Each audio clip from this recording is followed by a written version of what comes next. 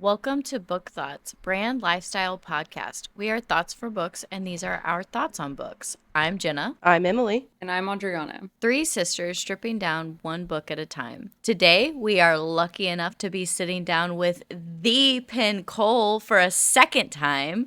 Penn, welcome, and thank you for joining us again. Thank you so much for having me back. I'm so excited. Before we jump in, we do have a content warning. Today's podcast is rated mature. We are Book Thoughts after all, so we are going to be using adult language, talking about adult topics, so please pay attention to who may be listening near you. Additionally, this episode may include spoilers for Spark, Glow, and Heat. Please be sure to check the chapter markers if you haven't read them. And also, you have limited time until book 4 is out anyways, so you should stop listening and go read them right now anyways. Lastly, I'm just going to apologize ahead of time. Maybe we, but definitely Jenna and I will at least mispronounce a name or place. Yes, thank you again for joining us. First and foremost, how are you doing, Penn? How are you feeling? A lot has happened since we talked a year ago, so there's so much going on, and that's a loaded question, but how are you doing? I'm doing great right now. It's a weird time because the book is final. I did my last review on it, so I cannot change anything. But also nobody really has read it yet, except for I think maybe 6 people. And so I am like just sitting on my hands, waiting for the world to have access to the book and to be where I am. So it's exciting, but a little bit nerve-wracking. Yeah. And we've got the countdown. Don't worry. It's gonna be the best fall ever for the book girlies. Like so much. I mean, you guys are eating. There is a lot of amazing books coming out for sure. Oh yeah. And since we last spoke, you also announced the TV show with Hulu. What is that process like? How has that been going? I was actually just talking to my showrunner Heidi yesterday. We've got some exciting things. A new script for episode 2 is in process. There's so much happening behind the scenes that we can't talk about, unfortunately. But we're hoping, fingers crossed, that we'll have some more exciting news to announce. Hopefully by the time Burn comes out, but with Hollywood, you just never really know. Yeah. Yeah. Is that something like where they approach you and then you help write the script and do the casting? Or are you kind of hands off? I know it kind of depends on the author, right? Yeah, and it really depends on who buys the rights. You know, we were approached by several different producers and studios that were interested, and I had meetings with different people, and you know, it's very different. Some people really see it as the author being heavily involved in the process, and with some people it's kind of like, listen, we're going to write you a check and then you may never hear from us again until the show premieres, you know. So it was partially trying to find somebody that would keep me in the loop, but also me being a little bit realistic about like how much I want to be in the loop, because my TV film agent kind of had a conversation with me about it. And she said, look, unless you're ready to pack up and move to LA and sit in a writer's room for 6 months, you know, you can only be so involved because these things move fast. And as they're filming, they're rewriting scripts, you know, on the go. And so, you know, you have to sort of be emotionally prepared to either set aside writing and focus on the show or let go of the show and focus on your books. And so right now I'm happy to be in kind of a middle ground where I'm focused on the books, but I am still very involved in the process. I don't know how long that will continue, but for now I'm, you know, it's a really good middle ground for me. And when you're doing that, do you make like non-negotiables in your contract, or is there anything? You can certainly ask for them. I mean, I know a lot of authors who, especially authors who have had bad experiences in the past, who have certain things that they must get in order for them to sign over their rights. I think I'm the kind of person that doesn't get really, like when I watch a book adaptation, I don't expect it to be the book. I take it as its own creation and its own story. And I'm okay with things changing and being different. And so I think I came into it with, let me find somebody that I trust to understand the heart of the story and who gets who these characters are at their core. And then let me trust them to tell that story through their own eyes. And so after having lots of conversations with Heidi, I really felt like she was that person. Like I can trust her to understand what's important in the story and needs to stay and what can be changed. And so far, like, she's absolutely lived up to that. Like, she truly seems to get it. And so I'm really kind of I'm not taking hands off. I'm giving my opinion. But at the end of the day, like, I'm trusting her to make the right choices, whatever those may be. Yeah. I mean, in her... Sounds like a fun journey. Oh, yeah. Yeah. I mean, it's her art. I also... It's Disney who owns it. Okay. And so nobody has leverage against Disney, right?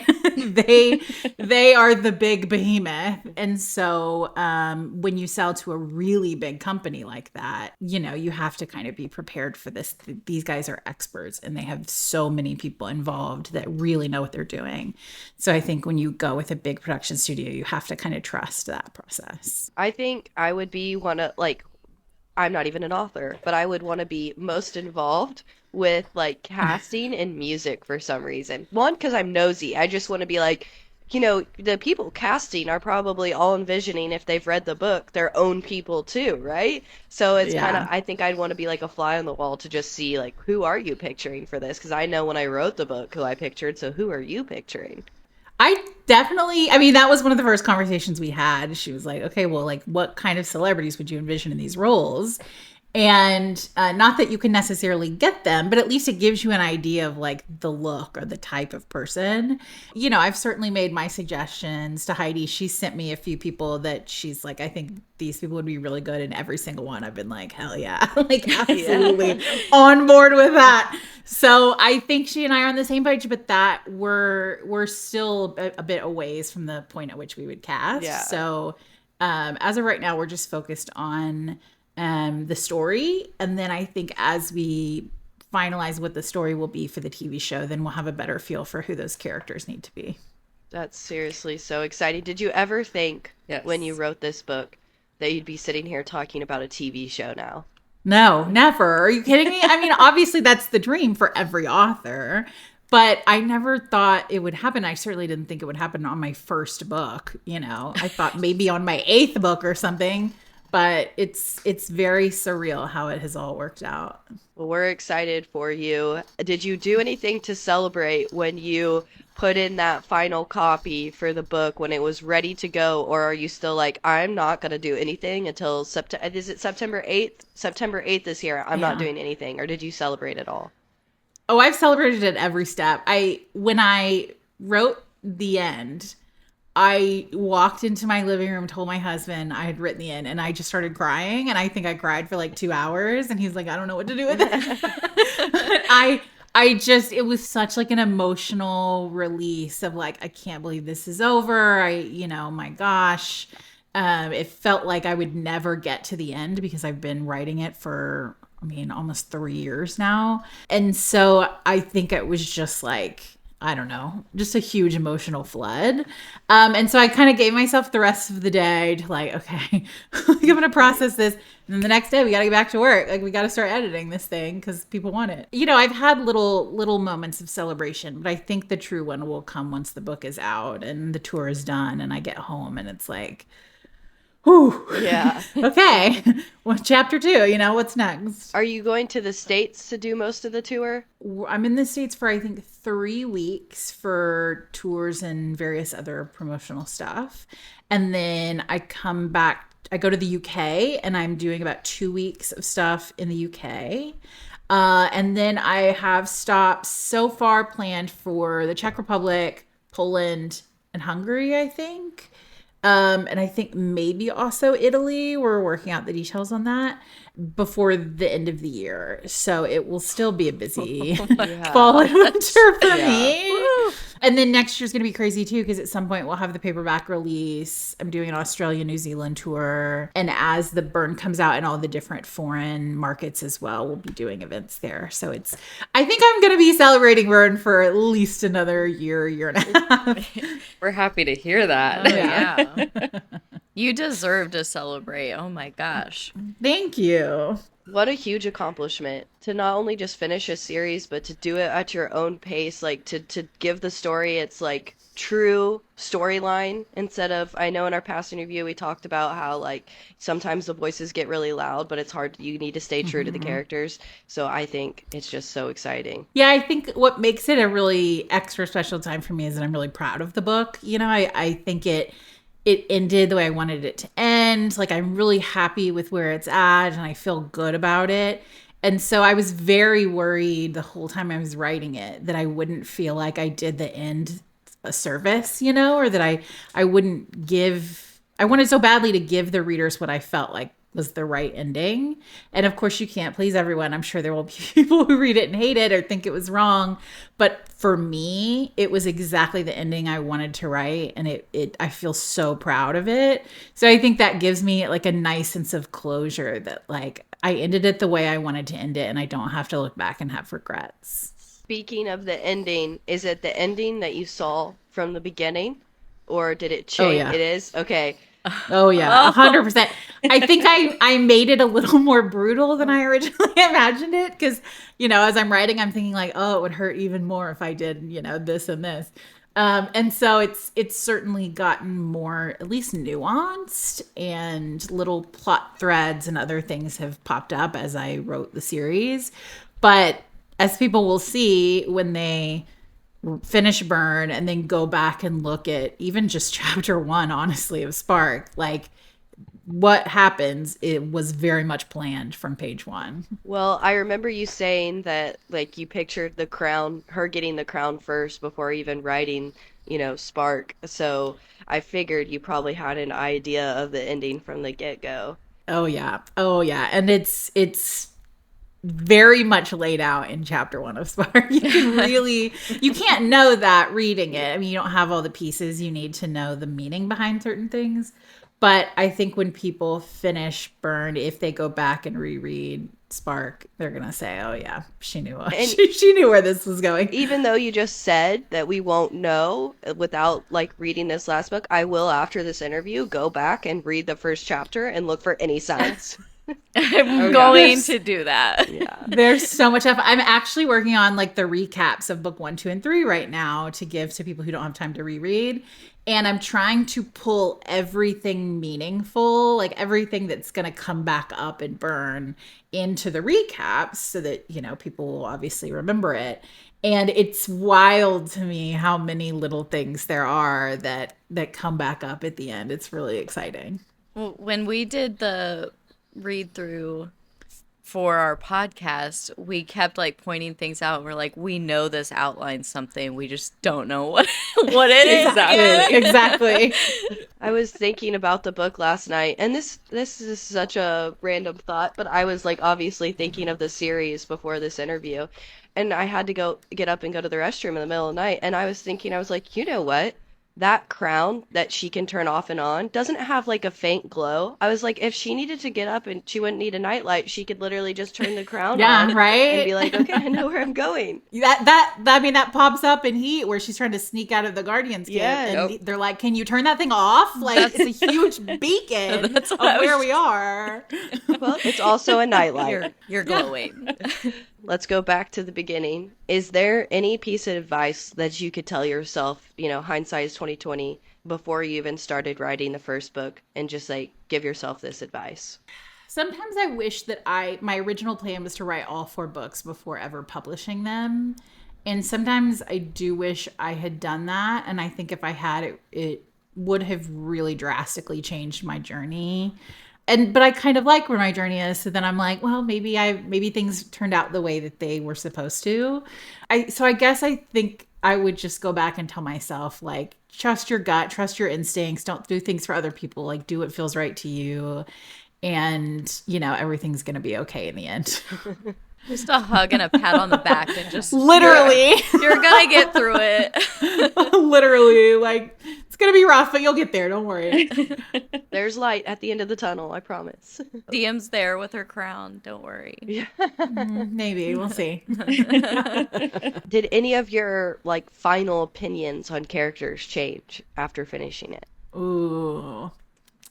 I had a really strong sense of where they were all going to go. So I don't think that anyone like drastically changed. I think, I often say Luther was the one who surprised me the most because I think I understood him the least at the beginning, because I think he understood himself least at the beginning. Like he never examined who he was because it was all about duty and obligation to other people. And so it was really fun getting to watch him sort of develop as a person in the story, because he truly was developing for all of us, including me, at the same time, and for himself.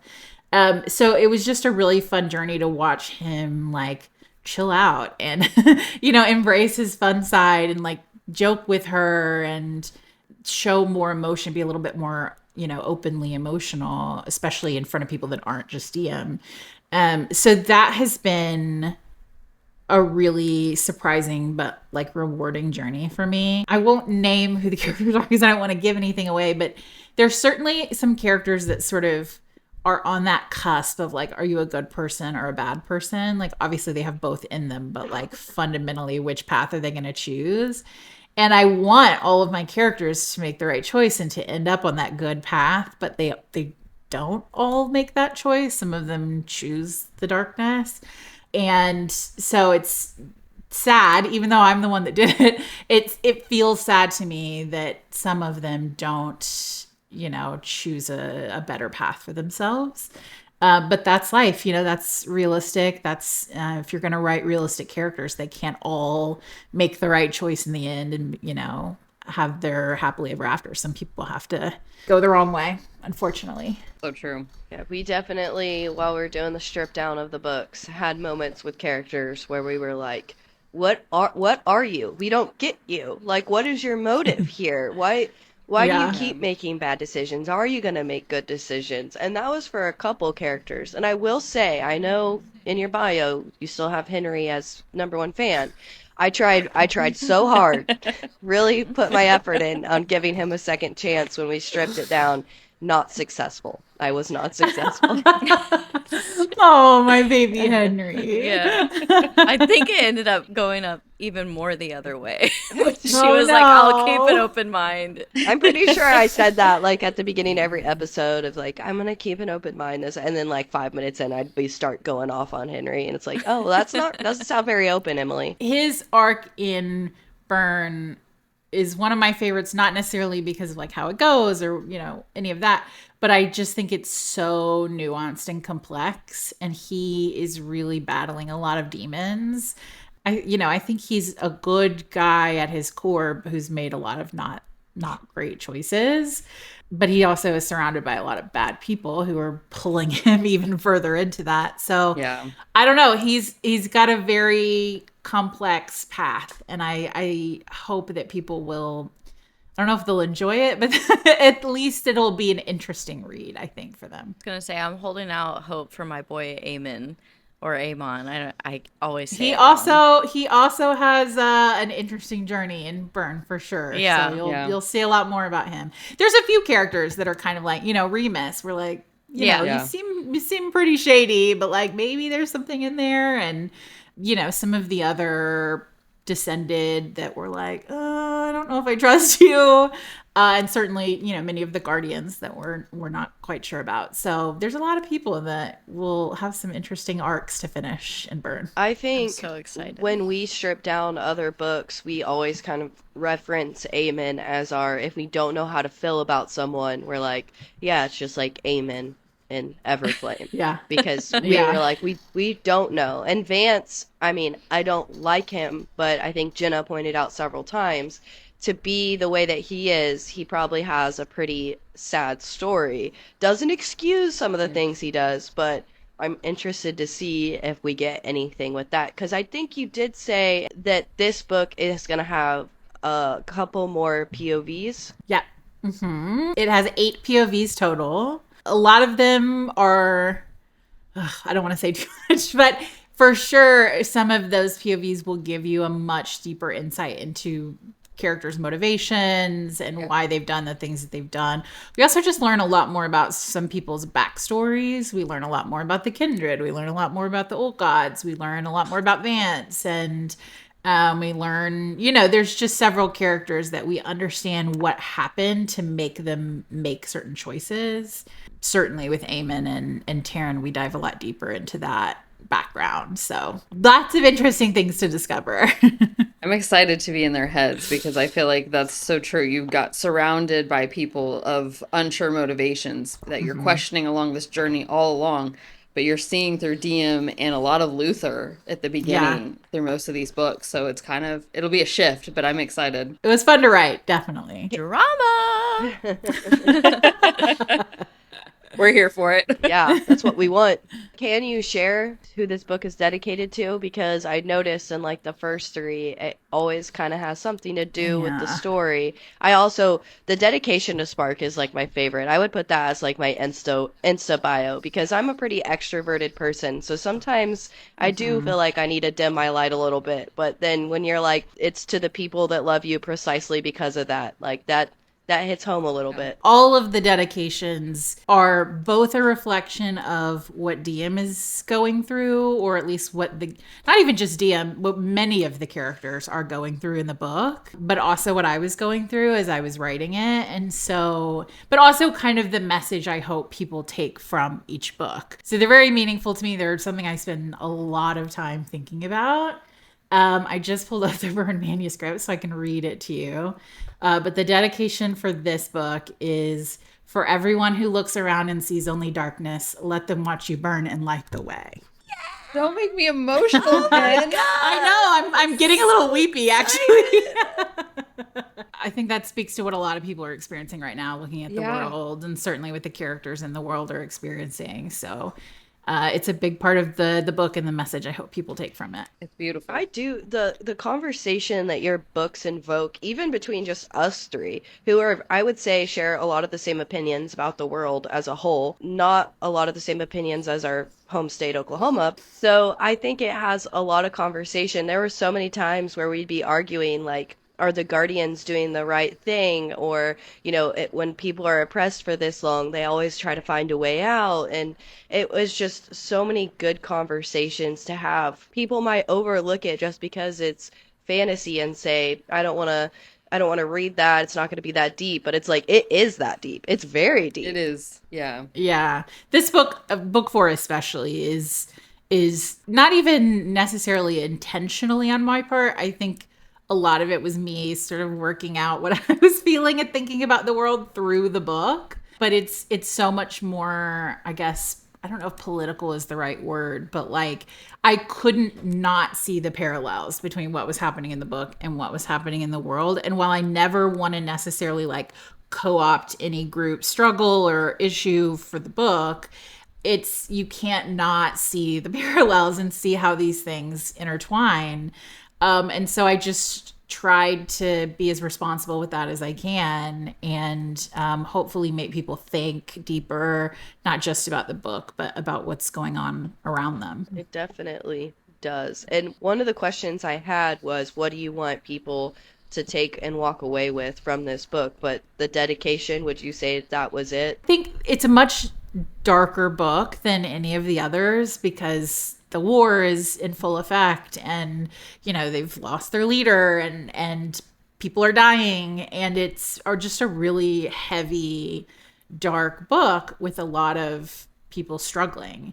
But I think the core message of the book is hope, and holding on to that hope even when it feels hopeless, and even when you don't always have a reason to feel that hope, like holding on to it anyway. And so I hope that that's what people walk away from is like, even when things seem their worst, even when it's very dark and it looks like there's no possible chance good will prevail, like keep fighting, don't give up, because there is a better future ahead. I feel like that kind of was a little bit of a teaser, but are there any like teasers or statements you can give us that might be food for thought for some people out there?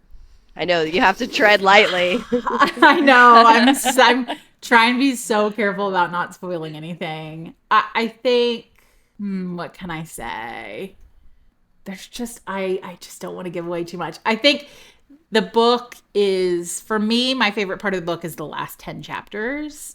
I would say just hold on to your butts. Like, lock in for the last 10 chapters, because it's a wild ride, but I think one that hopefully will pay off in the end.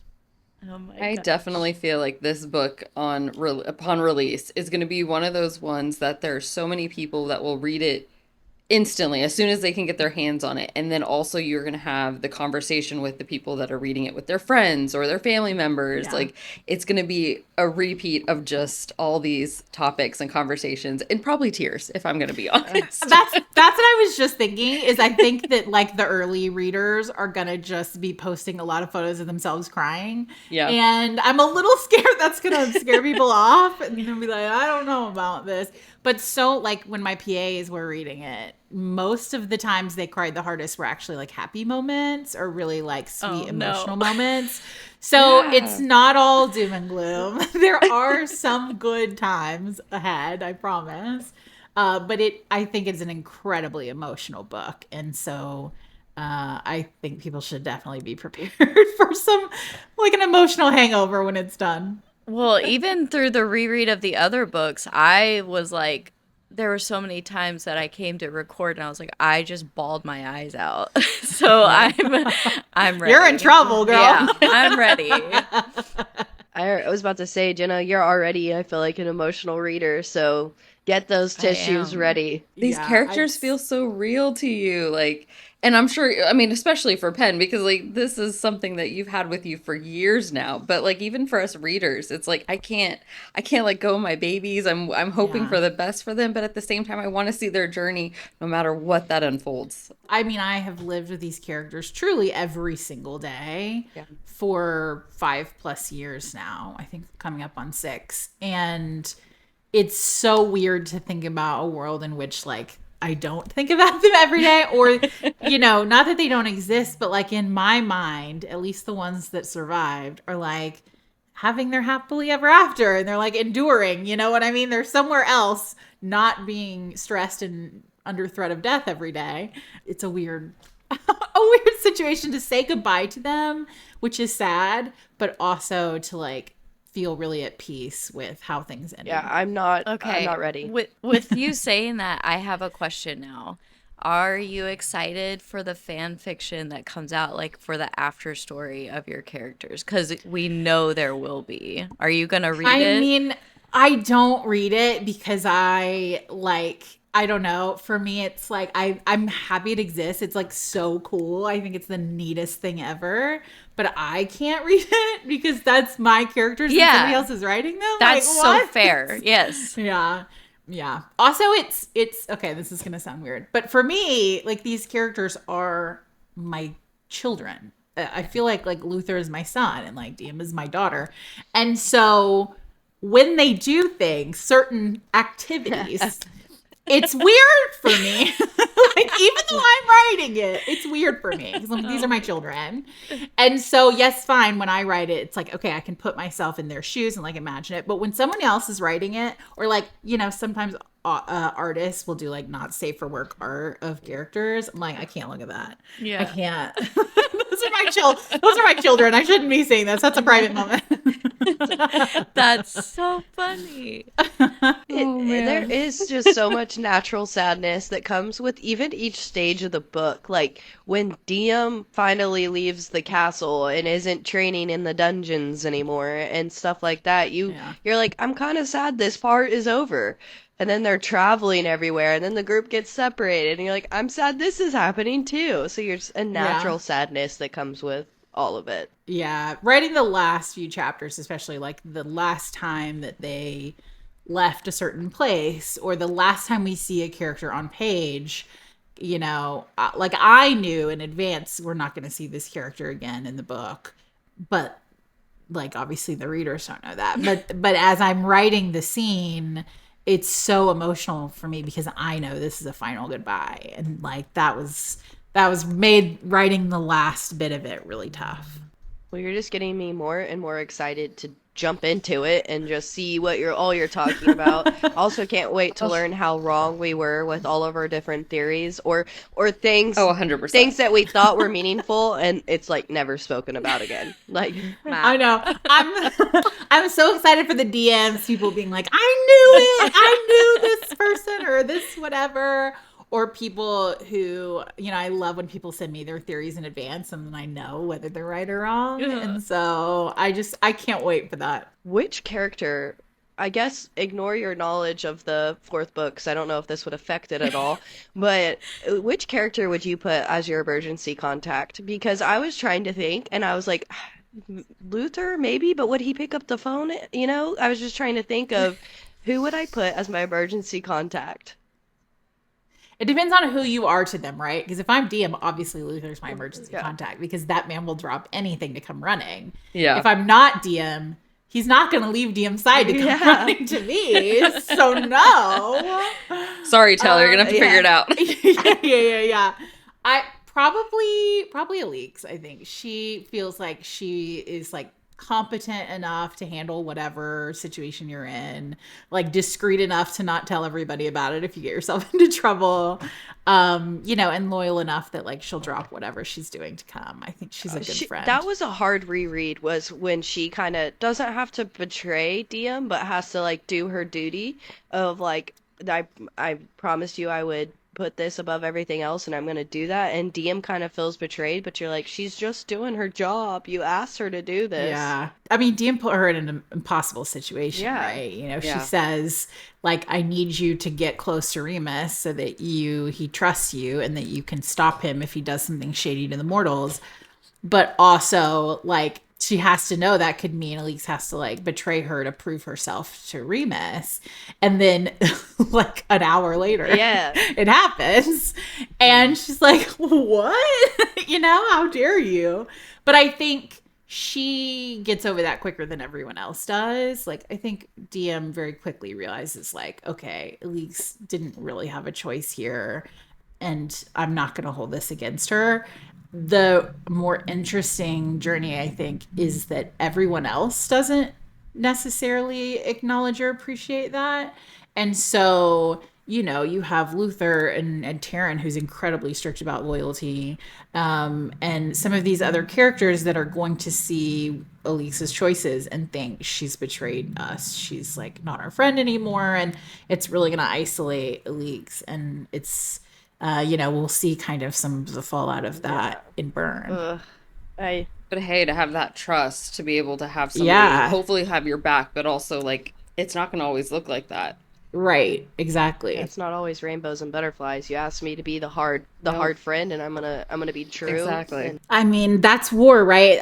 A huge theme in this book is like, what are you willing to sacrifice to get what you want? And what she wants, Alix, is to prove herself and to prove that she deserves her title outside of just her last name and to sort of make her queen proud. And so I think to accomplish that, she's gonna do what she thinks is gonna set Diem up best for success, whether or not everyone else agrees with that choice.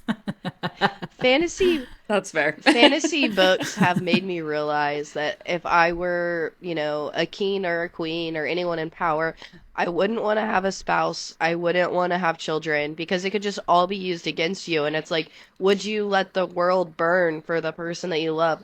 If it was one of my kids, maybe I would consider it. Yeah. I would like to think I'd choose humanity, but I look into those eyes and I don't know if I could. It's true. And there may be characters who have to make that choice in book 4. So I don't know. We'll see.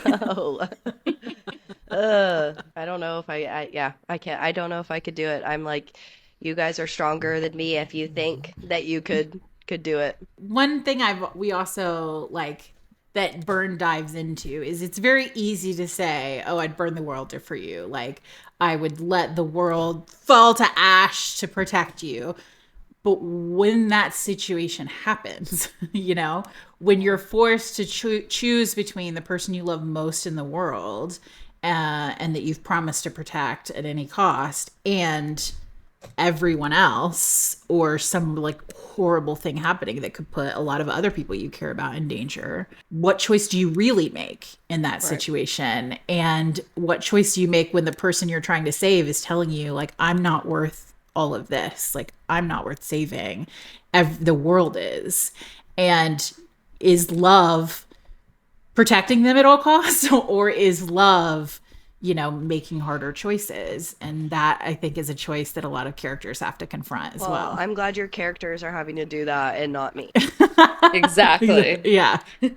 As you've grown as an author and gained popularity, have you met like other artists and authors and stuff like that you're just like, I would have never met you had this book not exploded, or I wouldn't be a part of this like author community if this hadn't happened? Oh, I mean, constantly. Absolutely. There's now when I go to the bookstore and I like walk around the Romantasy section, I know almost every single person, you know, like the shelves are just like my friends. And so it's just weird now to be looking at covers. I mean, I know them, I know them, I know them, I know them, I know them, you know, and to talk to these people all the time, to travel with them often, like have lots of group chats, or like I have this writer retreat that I go on every year that has a bunch of authors and we all go and write together and talk shop basically.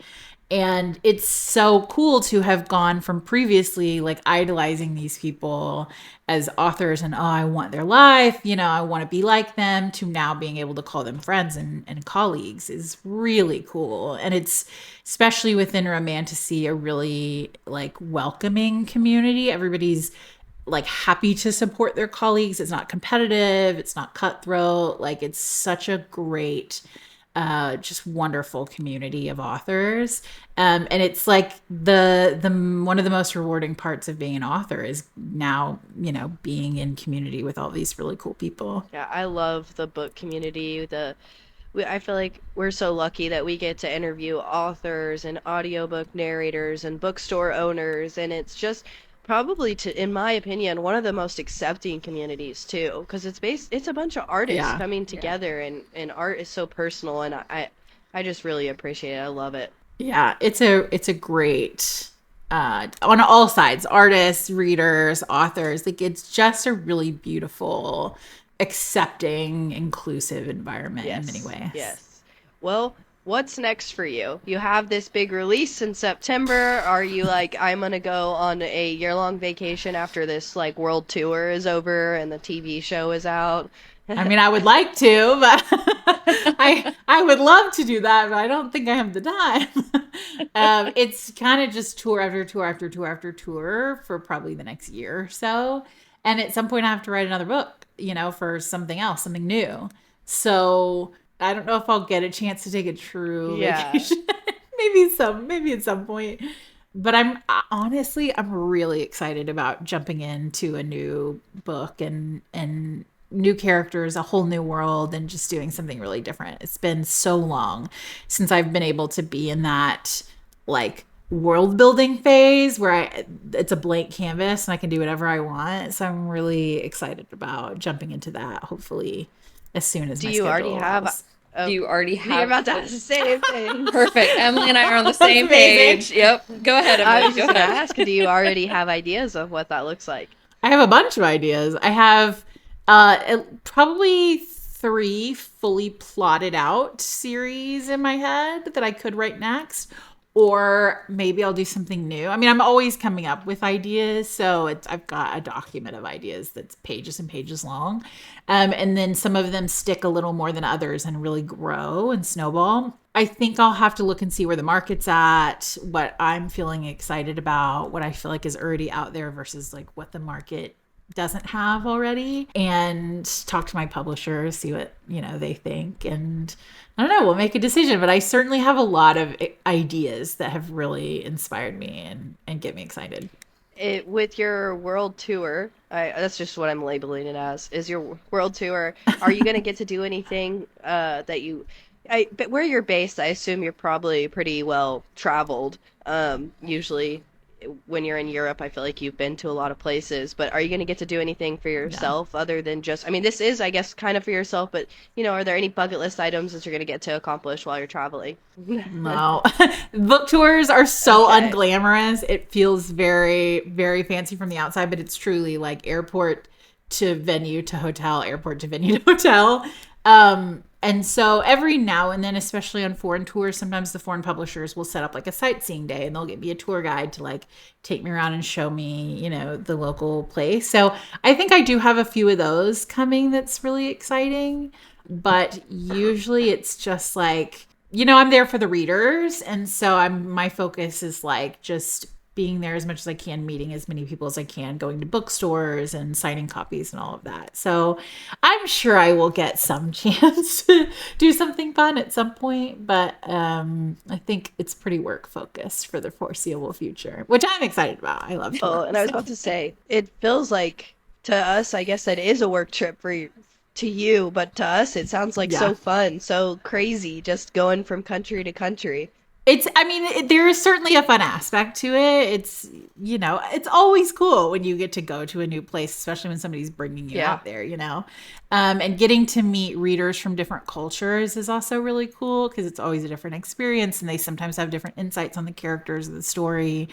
And also a lot of times they just don't get a lot of like English speaking authors or, more well-known authors who come out there. And so, a lot of the time when I go to some of these events, people tell me this is my first time ever meeting an author, my first book event.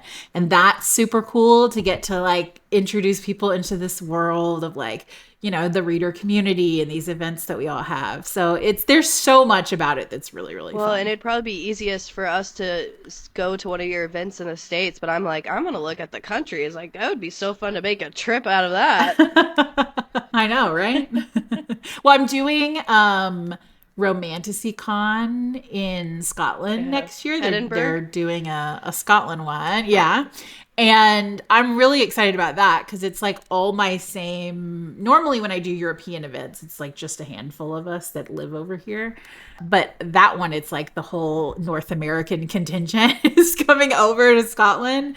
And so it'll be really fun to have all my like American, Canadian author friends, but in Europe and having like, it'll be like a vacation for everyone and also a really fun reader Yeah, I event. think That'll be exciting. their next Yeah. one is in like Orlando or LA, right? Or something like that. Yeah.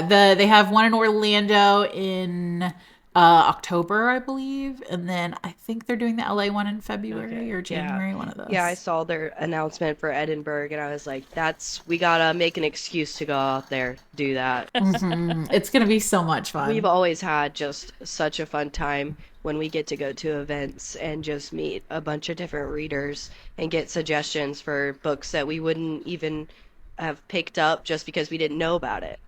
Definitely. Okay, well, I don't have any more questions. Is there a question we did not ask that you want to talk about or anything that we missed? I guess I'll mention that the guided reread is starting soon. We're going to be doing all kinds of activities in my reader Discord, on my Instagram. So if you are planning to reread the series before Burn comes out, come and join us there or check out some of the content I'm putting on my socials.